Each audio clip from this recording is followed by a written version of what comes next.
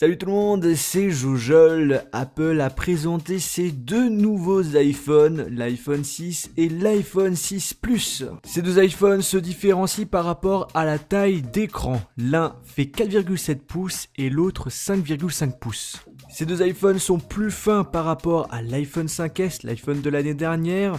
L'iPhone 6 Plus fait 7,1 mm et 7,9 mm pour l'iPhone 6.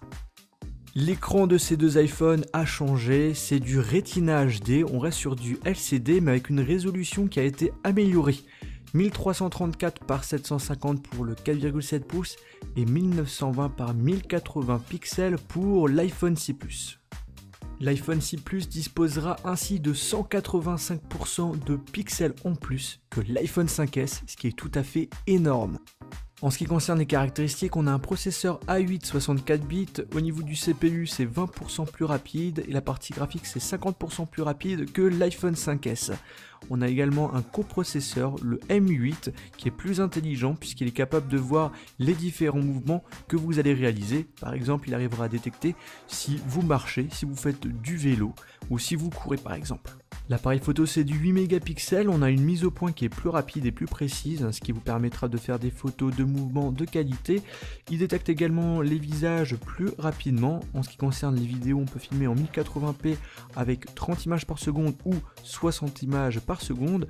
Au niveau du mode ralenti, vous pouvez filmer en 240 images par seconde, ce qui est tout à fait énorme. On peut faire aussi des photos en rafale avec le capteur frontal. Et sinon, en ce qui concerne l'appareil photo, je crois que j'ai tout dit. On a également une amélioration au niveau de la batterie. Par contre, pour l'iPhone 6 Plus, l'autonomie est bien meilleure que l'iPhone 6 et bien évidemment par rapport à l'iPhone 5S. Les nouveaux iPhones sont équipés d'une puce NFC qui vous permettra notamment d'utiliser Apple Pay, qui est un nouveau moyen de paiement sécurisé qui est utilisé par Apple et qui sera actuellement uniquement réservé au début aux États-Unis. La Wi-Fi sera également plus rapide et on aura la possibilité de capter la 4G+, si bien évidemment votre opérateur vous le propose. Alors l'iPhone 6 et l'iPhone 6 Plus sortiront le 19 septembre et vous pouvez le précommander à partir du 12 septembre 2014.